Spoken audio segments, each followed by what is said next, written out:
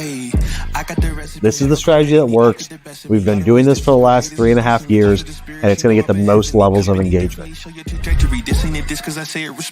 time to eat up, bread like a speeder, taking it deeper, and that's how it better be. I never let the comparison get to me. I just remember the promises meant for me. I know the enemy and that he's sent for me. I keep the blood of the lemons, my centerpiece. I cannot trust in no crystals or energy. Look at the chemistry, it do not even mix chemically. Most of the tricks, they be gimmicks, they mimic the truth. It's poison and we got the remedy. And what we're looking for is people that are hungry, wanting to hustle, wanting to break through walls, wanting to go after that legendary status. They say you ain't about it. Tell them that you finna make it, but they doubt it. But you rose like the flower. Tell me what it's like to live with superpowers. I don't know, but I'ma get it. I'ma get it. I'ma get it. I'ma get it. I just know that I'ma get it. I'ma get it. I'ma get it. I'ma get it. I'ma get it.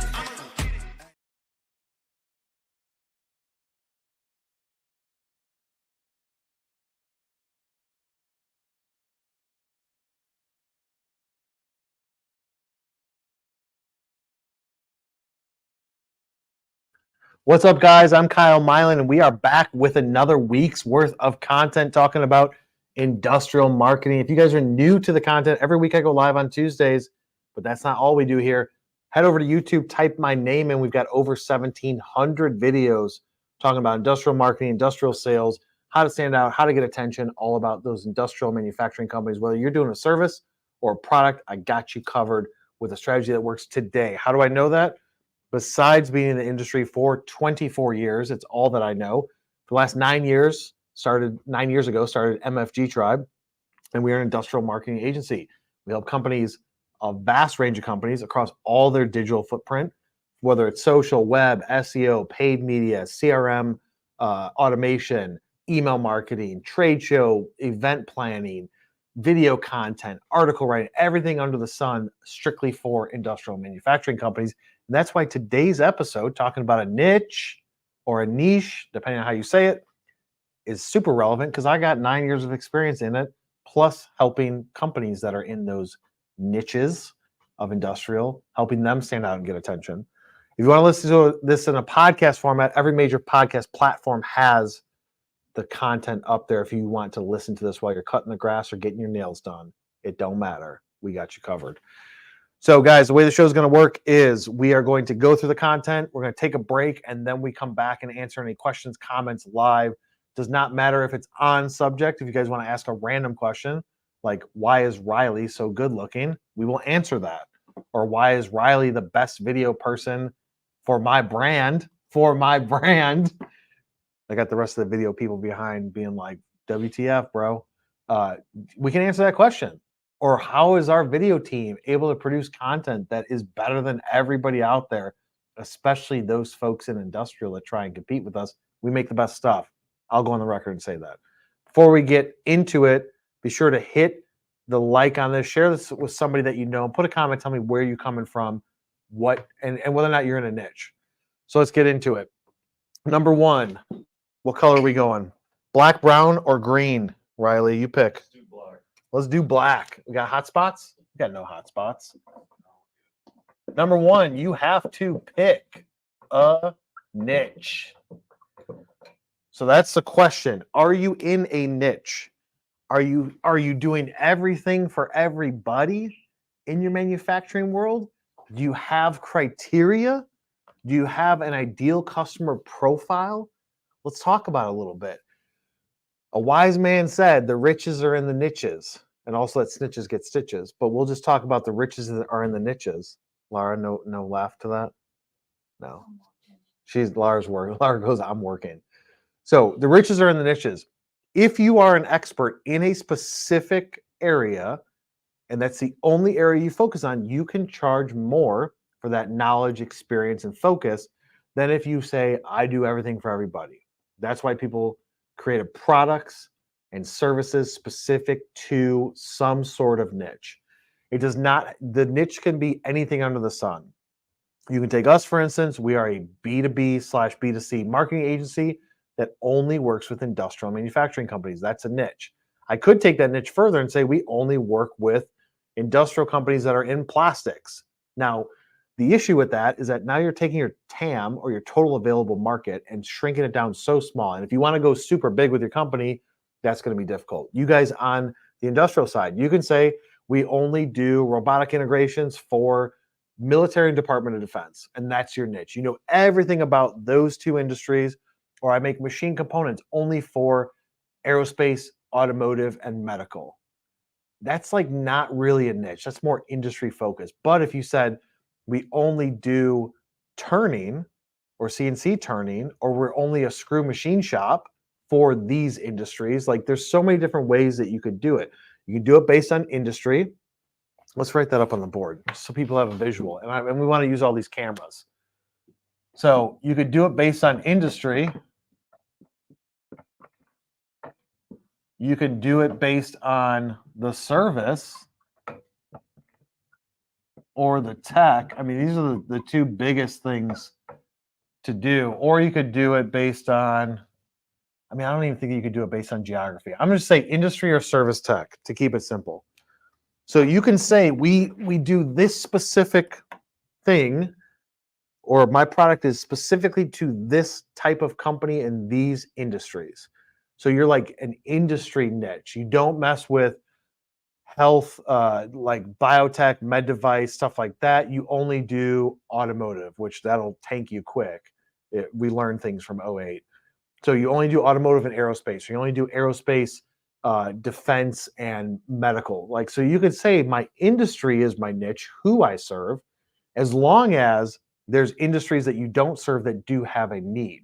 If you just say, oh yeah, we're in a niche, we serve these 7 industries. Yeah, but if there's not 3 other industries that need what you do that you don't touch, you're really not in a niche. The further down that you go into your niche, like I said, the more you can charge, but the smaller the market is, the TAM, TAM, total available market. So you can start with an industry, or you can go on the service side. We are a Swiss screw shop. That's all that we do. We don't do like complex CNC turning. We don't do one-off parts. You can say we're a prototype shop. All we do is prototypes. A lot of times the prototype shops end up doing production because that's really where the money is, because that's repeatable monthly recurring revenue, annual recurring revenue. You got a project, you're making parts every month, every quarter, etc. But you got to pick some sort of niche. If you're a 3D prototype, we do FDM, SLS, SLA, or we only do production printed parts. We do a little bit of prototype, but we are a production printing house. That's what we do. So you got to pick what it is and look at yourself right now. Are you in a niche? Ask yourself that question. Is there a specific service that you only offer 1 or maybe 2 services and that's it, nothing else? And you could offer adjacent services, and I'm not talking value add services. So that's where a lot of the people will say, sorry, my screen's going crazy. A lot of people will be like, oh no, yeah, so we do CNC machine shop turning, we do injection molding, but we don't do brazing or broaching or heat treating, or we don't do heat staking or assembly on the plastic side. We don't do that. We only do this. That you're not in the niche. So start there. And the reason why is that you can be very, very focused if you say, I'm only going after these people. But you better make sure that that niche has enough market to satisfy your appetite for growth. Because you can get too focused into a niche and look at it and be like, yeah, my goal is to take my company from 1 million to 20 million. Well, but the market's not there to give you 20 million. You have to take off all the competition in the United States to get to 20 million, which that's not feasible or probable to happen. So your share of it is only going to be like 1.7 million.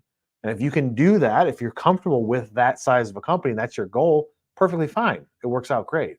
But if you've got a bigger appetite, then it's not going to work. So when you're looking at your niche, when you're looking at your services, what do you want to be known for? Because if you go into any situation, this is on the value proposition side, sales or marketing. Yeah, we're a machine shop.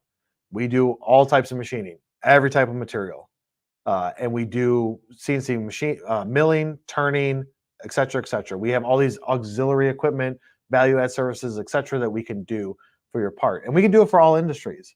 You're like a me too type company. So it's like, oh, they do that, me too. So that's a fine business plan And it can work if your marketing is there to break into those people and you do good quality work. You can grow and scale to be big because the market is massive. But when the market is massive and your services are massive and wide, so is your competition. So now you're dealing with a lot of different people. If I started this agency and said we are a B2B marketing agency, now I've got, I don't know, 5,000, 50,000 agencies in the United States, plus all of the one-man bands, one-man shows that are like, oh yeah, I got a little popularity on LinkedIn, and now I've got an agency where I'm going to help people on that. So now I'm competing with them too. Plus, I'm competing with people on Fiverr and Upwork and freelancers and all that. So like my competition is massive. Even though we're in a niche, my competition is still big because now you've got agencies, big and small, one-person agencies to 100-person agencies that say, "Oh yeah, yeah, we do manufacturing too." But that's not what they typically focus on. It's small market share, so they don't really know it. So we do have competition of people that aren't in the niche. We have that group of people that are like only industrial, only manufacturing. Then all of us in that space and that niche have the rest of the market, B2B. My friends, buddies, sister's cousin owns an agency or knows somebody that works in an agency, and they do a little bit of manufacturing, so we're going to use them. So that's where the value proposition comes in. Focus on your niche.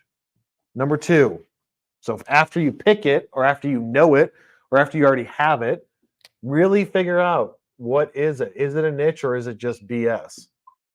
Number two is going to be learn. That is a horrible A. Learn where they live. Where is your target demographic? Where do they spend their time? What things matter to them?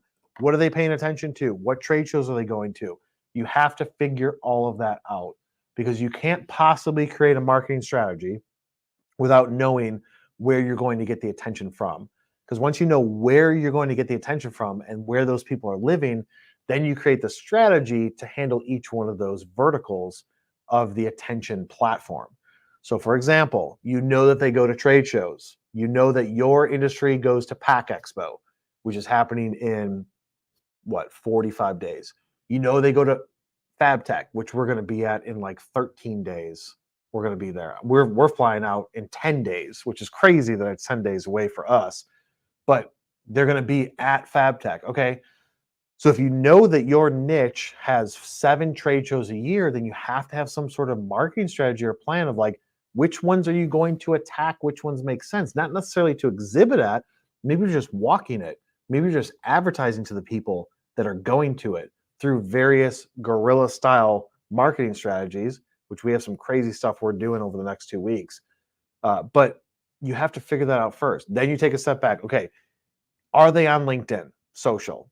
They're not on Twitter. They're not going to probably be on Facebook or Instagram. Are they on LinkedIn? Yes, they're on LinkedIn. If I ask you, can you show them to me? Do a search right now. Show them to me. Who are you going after? And you can do a filtered search and get down to an audience that's like, yep, this is my audience. Like roughly 80% of these people I would sell and market to. Okay, cool. So you know that they're on LinkedIn. You know the job function of who's you're trying to make or who is the decision maker and who are the influencers. You know you have to go after ops, purchasing, HR, facility services, engineering, whatever it is. You know that. And you can find them on LinkedIn. And you do a little bit of research to say, how often are they on there? Are they posting? Are they engaging? Are they sharing? What's going on here? Do a little bit of research. Okay, we know that they're on LinkedIn. We know they go to trade shows. We know they're on LinkedIn. We know that they're Google searching because there's volume behind it. We don't know if it's specifically them, but we know that there's enough volume, a few hundred to a few thousand a month searches on the phrase of what you do. Swiss screw machine shop or CNC machining company. CNC machining for aerospace. Somebody's searching that. Competition, yes. People offshore, yes. But your customer, potential customer, is also in that group. We don't know what percentage of it is because you don't know who they are. You just know that they're searching that phrase.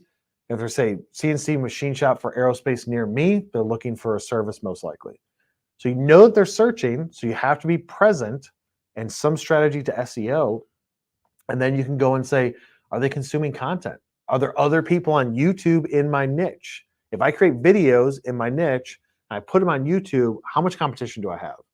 That's what it all comes down to, is how many other people are in the space? What are they saying and doing about their marketing, their content, and where are the holes or the gaps in that? Because if they're not doing video, you could own that space very quickly. So like take CNC machining. There are a lot of people that have podcasts and are doing videos. How many people are machinists that are going live?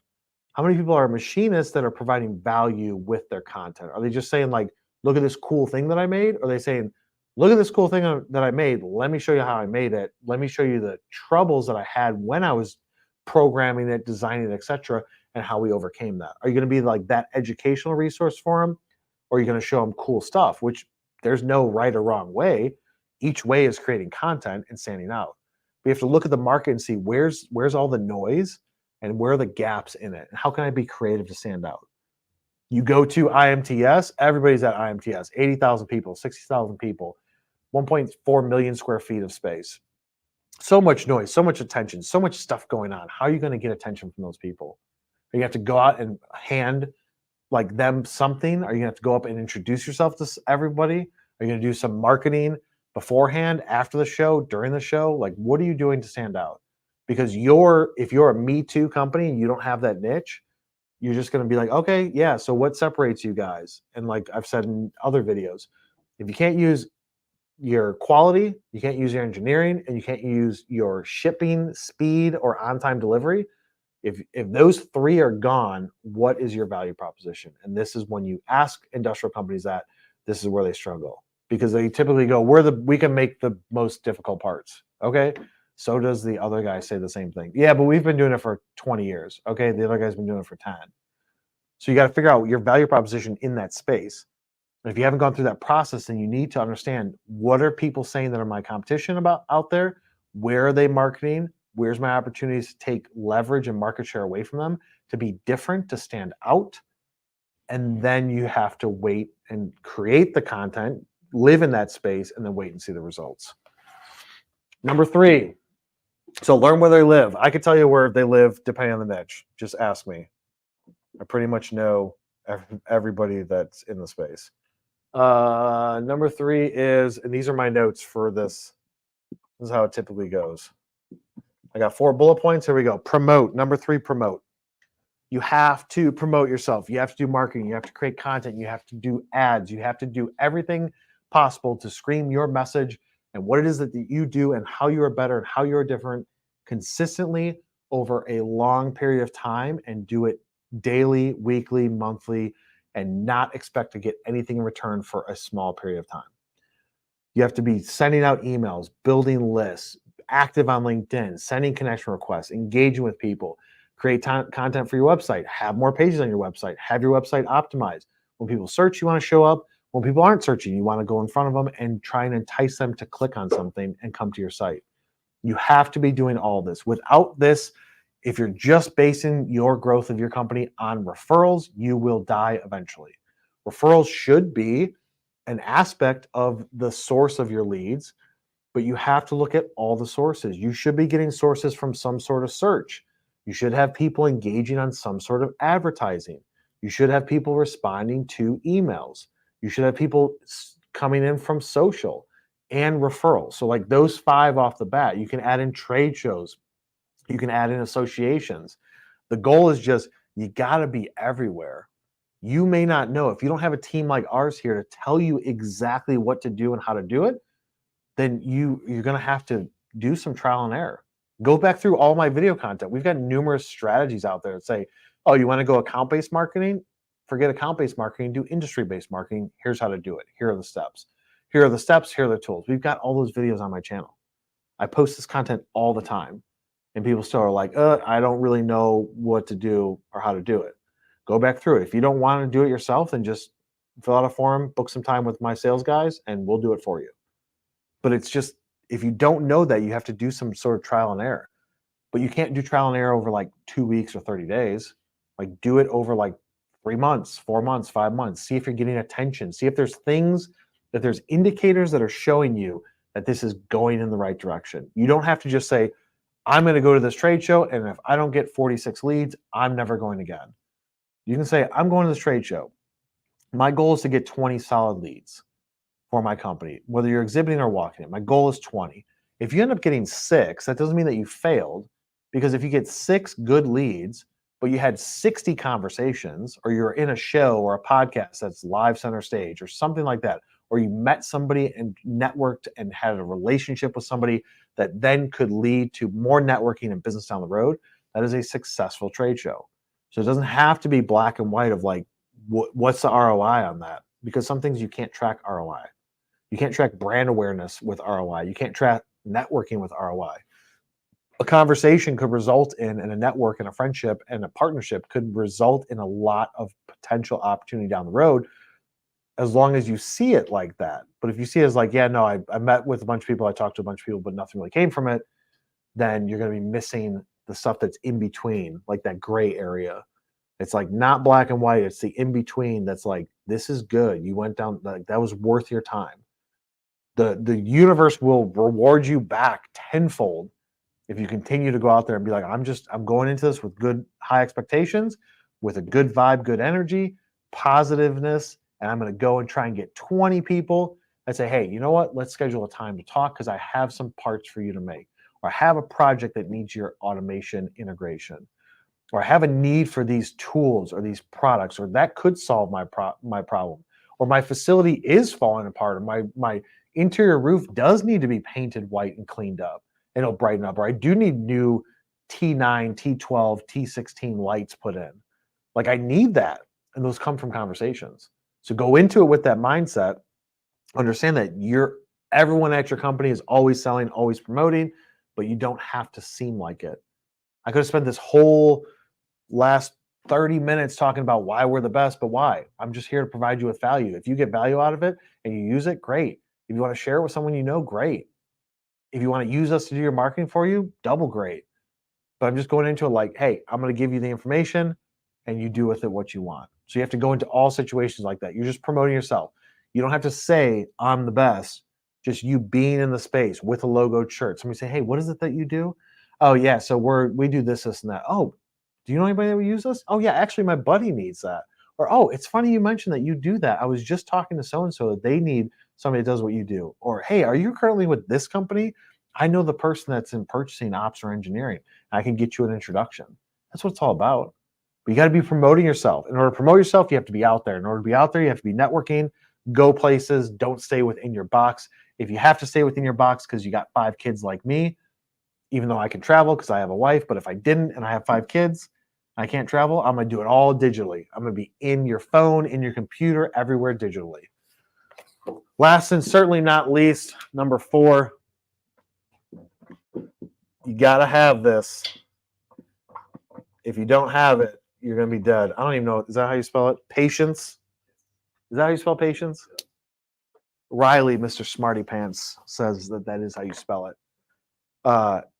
We got any comments yet? We got some comments. Leave more comments in the comment section so when we come back. Patience, you got to have patience. You got to wait. There's a, I'm going to mess it up, but there's a specific type of bamboo in China that takes like some ungodly amount of time to grow under the surface. It's like, you'll have to look it up. It's like 8 years or something like that. Nothing happens. But then in like 8 weeks, it grows 60 feet. It's like that. It's like growing grass. All of you guys out there, or most of you guys out there, have yards, or you see yards. If the yard is just dirt and you put down seeds and you water those seeds every day, maybe not every day because you don't want to overwater them, but you're watering them, you're fertilizing them. So much is happening below that surface that you have no idea what's going on. And then usually what happens is people kill it before it sprouts through. And sometimes that time frame is not 60 days. Sometimes it's 6 years to really see it grow.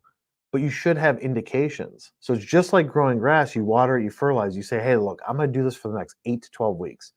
And then all of a sudden you see that first blade pop through and you're like, it's working. Then before you know it, everything starts popping. The time frame depends on what you're trying to do. If you're trying to go from no business to millions of dollars, it could take you multiple years to do. It could take you 6 months. It depends on what you're selling and what you're marketing. But you have to have patience and say, look, if I'm going into this niche, I know for a fact that this is going to take me a while to push my brand into this niche because nobody knows me. I know for a fact that I'm going to be enticed to say, hey, don't go after that niche. Look at all this other stuff that's not in your niche that you need to go after because this is live in front of your face. You can do that to get revenue, to then have content to be able to talk about. But you better drop that and focus on that niche as soon as you have enough revenue to pay the bills and say, look, moving forward, I only want to focus on this and be able to say no to those people and yes to the niche people.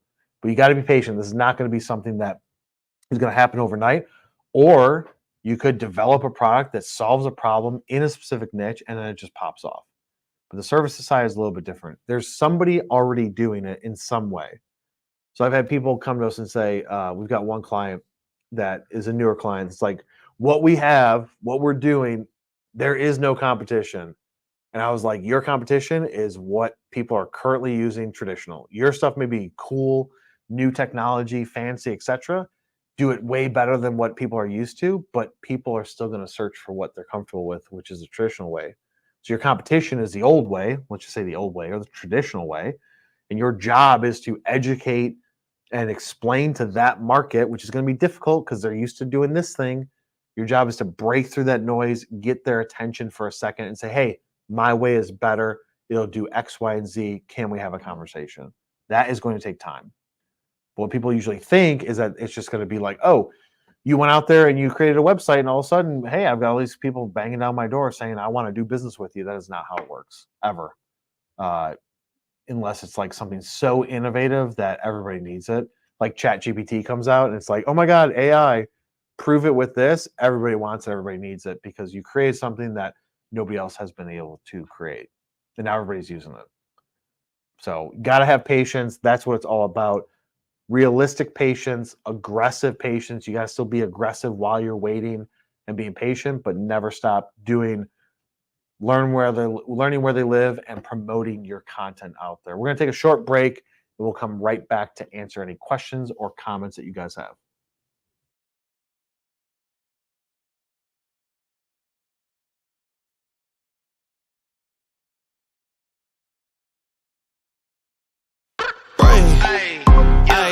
Okay, let it be known. I'm working hard when I ain't on the phone. This ain't a home, this ain't a phone. Grind never stopping, I'm keeping it cold. Unlocking the door with the holy key. You supposed to be this close to me, and hopefully you understand G.O.D. Maybe this cold and I'm talking like no degrees.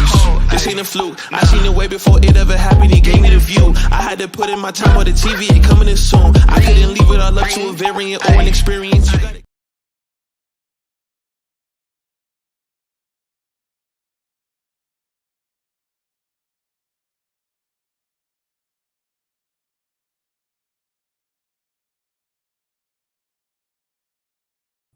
All right, guys, we're back. Laura, I feel like you should join this live and sit next to me. Why? I don't know. What value would I provide? What value would you provide? Because you're the leader of all the creative people in this office. Laura, everybody here provides value when they open their mouth. Some people provide value when they don't. Like Riley, he's just there to look good and be cool with all his tattoos and shit. All right. We should do that. We should do a reveal the tattoo edition of MFG Tribe. You got more tattoos than I do. You got a whole damn arm. I mean, yeah, but it's That's probably more though. Oh yeah. Yeah, we could break all that up. Okay. All right, let's hit it. Questions, comments, All right, or so just we good have- vibes from Riley. So we have a comment from Brandon McKay. He says, "What's up, Kyle? This port strike is a moment in time. We are mid-swing on a proposed pilot with one of the ports and got sidelined by this strike. Just got to keep swimming." That's right, man. You can't let a little bit of adversity handle the rest of your year, the rest of your month. So something happens, you got to look at it as doors shut, that window's open. What are you going to do about it to capitalize on the opportunity? And honestly, situations like this happen all the time, especially in sales. You get close to a number, a goal. You get close to closing a deal, but it doesn't happen. Bonuses, things like that. I always go back to, if you had more opportunities, if you had done more in the time period to get you there, then you wouldn't be worrying about those things happening. So like in that situation, you could have never predicted that. And maybe in your situation, you're like, oh, I can't go after other ports because what we do is specifically here. But you got to look at it and say, like, how can we be diverse to where if one thing happens, it doesn't affect me as much. It only affects me a little. And maybe you guys have that, and that's why it's not killing you. But that's what it's all about, having so much out there to where little things, bumps in the road are going to happen, and it doesn't crush your car. And we have a comment from Annette Colbin. And she says, actually, Kyle, I've found it's easier to find the companies/industries I'm looking to target in LinkedIn. Maybe some of those same companies don't always have quality SEO, so they aren't as easy to find. Yeah, I think 100% agree on that. If you have Sales Navigator, you can niche down to like, these are my target demographic, these are my people, and maybe those people aren't Google searching, so your SEO doesn't matter as much. But yeah, to find companies, it's like, I want to build a list. Well, you can use Zoom Info, you can use Seamless based on SIC code, industry classifications, etc. Or you can go to LinkedIn and say company size, location, industries that they are in, looking for automotive suppliers because I want to supply those suppliers with parts and I want to be tier 3. They're making stuff. How do I find those people? Go to LinkedIn, pick industry, automotive, and then siphon through and be like, let me look at this list and who's a target and who isn't. All right. And then we have a question from Adam Schmidt. As a company works on growing, how do you define your niche without alienating some potential clients? Yeah, so that decision has got to come somewhat from the top. So that's what I'm saying is that what people do is, and this happened to me like 8 years ago. So I was like only industrial, only manufacturing, and then somehow we were ranking for some B2B stuff, and people started coming to us, and I was like, "Oh, you want to spend that much money with us? We can do what you're asking us to do. All right, let's do it." And then after like 6 to 12 months of working with companies that were not in the niche of industrial manufacturing, I was like, this sucks. Like, I'm not even excited about doing work in this industry. Like, it's not cool to me. Yeah, we're being successful, but that's like not what I'm about. I want to work with companies that make stuff or have a product that's technical in nature that is like, oh my God, we got this client. This is so cool. Like, that's what I was going after. So that's when it was probably year 3, maybe year 4. I said, you know what? Never again am I working with anybody that's not industrial. My revenue dropped because of that. There are opportunities out there, but my revenue dropped. And I had to make a decision like, I'm willing to hunker down to find that specific people. So in your situation, you got to look at it and say, what is the niche? Like, what are we really good at? Have you ever done the exercise of ideal customer profile? Like the 80-20, 80% of your revenue coming from 20% of your customers right now. Those 20% of customers, like, how many of them do you love? Can you reverse engineer what it is that makes them an amazing customer for you and go and get more companies like that? And looking at it and saying, we love working with this industry. We know that there's these things that are coming in that aren't like the perfect fit, but if you need the revenue, you can do it. But just know that's a small period of time that you want to focus on that. But really, your marketing and your messaging is, we're in this niche. We focus on these things. These are things we do really well. Could be super complex parts. Could be, oh, we're going to machine every single type of part and every single type of material, but only in this industry. So you kind of got to figure, what is our ideal North Star niche that we want to go into? What are the impacts that are going to happen with us saying that that's our niche? Well, revenue is going to drop off. These opportunities are missed. So you got to look into all that and say, like, is this niche right for us? Because if you've been in business for years and then you want to pick a niche, it can be more difficult because you're going to lose potential revenue. But you could just say, hey, moving forward, all of our branding, all of our marketing is going to be focused on this niche, this service, this product, et cetera, that we offer. I know that we already have customers that aren't really a perfect fit for that, but I don't want to lose revenue and then have to let go of employees or whatnot. So I'm going to keep doing that. But anybody new has to meet this criteria: ideal customer profile in the niche we're trying to focus on. And then from there, only say yes to those people while you have the rest of the people that aren't a fit, like funding your business. And then as you get more in that niche, so you can start pushing people off like, hey, sorry, but this isn't a fit for us anymore from a revenue standpoint, focus, etc. Push them out after you get those new people. And then Adam has a follow-up question. He says, does patience influence metrics? Does patience influence metrics? Patience should be a mindset when looking at metrics. So yes, it will influence it to a certain extent. If you're like, hey, we wanted to go from 100 to 1 million, or from 1 million to 10 million, like there has to be a patient aspect to say, what are the milestones of me to get there realistically? Like to go from here to up here, like this line, what are the small micro chunks of milestones and small micro goals for me to go from here to here, right? And as long as you set those goals appropriately, those should have like a viewpoint through patience and a mindset of like, I'm going to be patient. I'm not expecting this to happen in like 2 years, but it could happen in like 7 years. Then you set your goals accordingly, and goals and can change and adjust. Like I just did it. I think it was 60 days ago. We did our quarterly review, and I changed the goal for the next 90 days from what I had 6 months ago. I don't like changing goals, but I was like, realistically, if we did hit this goal, there would be lots of issues with it that I don't want to deal with. So let's change that goal and let's do something a little bit more realistic. And Tim Drinkwater has a question. If an existing business is going after a new niche, how do you put it under its, or excuse me, do you put it under its own brand, website, etc.? So you can understand this, and I've done this personally myself. You can put it underneath its own website if it's completely different niche, if it's not even remotely associated with you, or so it's either if it's not remotely associated with you, or if you feel like that brand being in its niche and saying that's all that you do would be beneficial from a marketing, sales, and like penetration of the market standpoint. So if those are yes, like, hey, like Tim, in your situation, you want to start, and it could be something completely unrelated. You want to start, I don't know, building tools and dies, right? You want to start building dies for injection molding.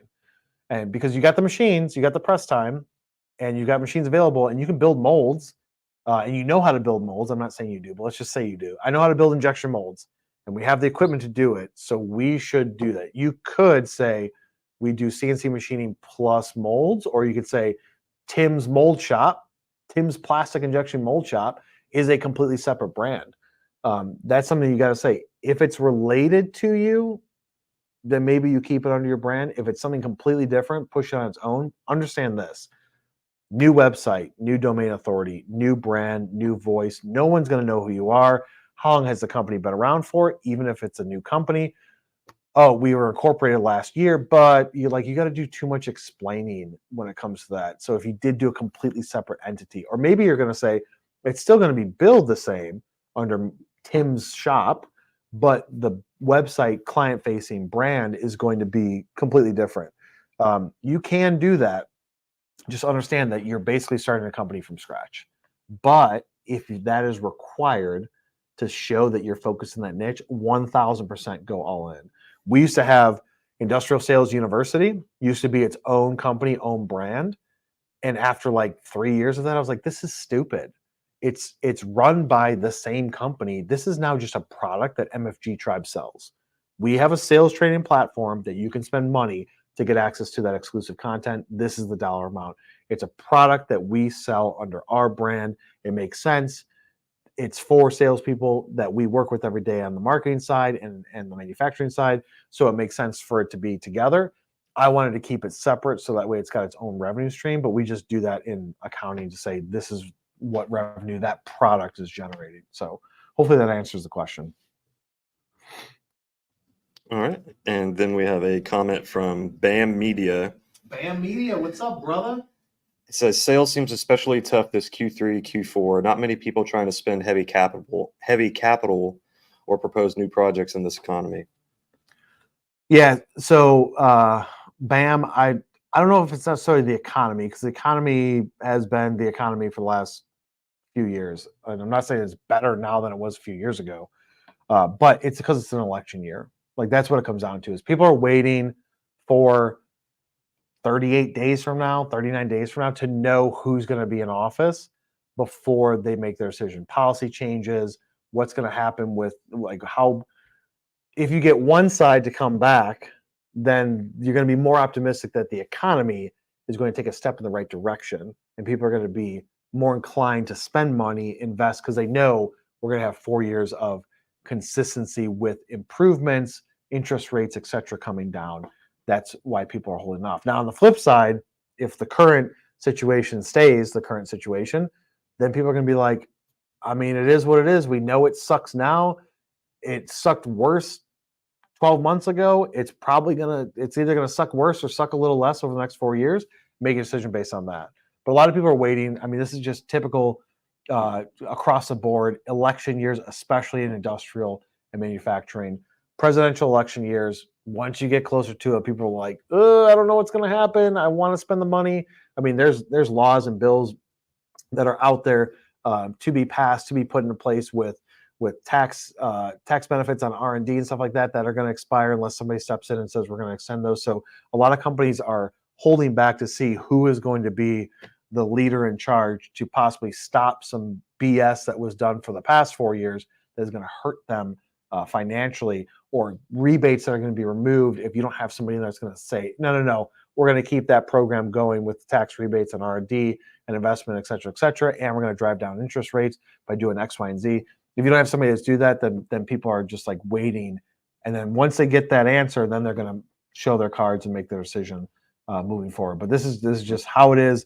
Like I said, especially industrial manufacturing, presidential election years suck in Q3, Q4. But on the flip side of it, I always look at it, and we have clients that look at it like this. It's not going to be like come end of January, it's not going to be like, oh my God, everything's fixed. Or, oh my God, everything's a million times worse.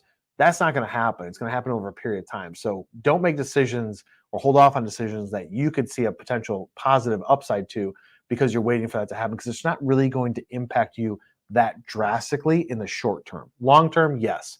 Short term, no. But it is what it is. Riley gives me the thumbs up. That means that he's said all he can say, and he's sick of being on camera, because every time he goes on camera, people are throwing up those blue thumbs because he's such a stud. Guys, hopefully you got value out of this content. If you did, share it with someone that you know. Please head over to YouTube, subscribe, turn on notifications, and I will see you on the next one.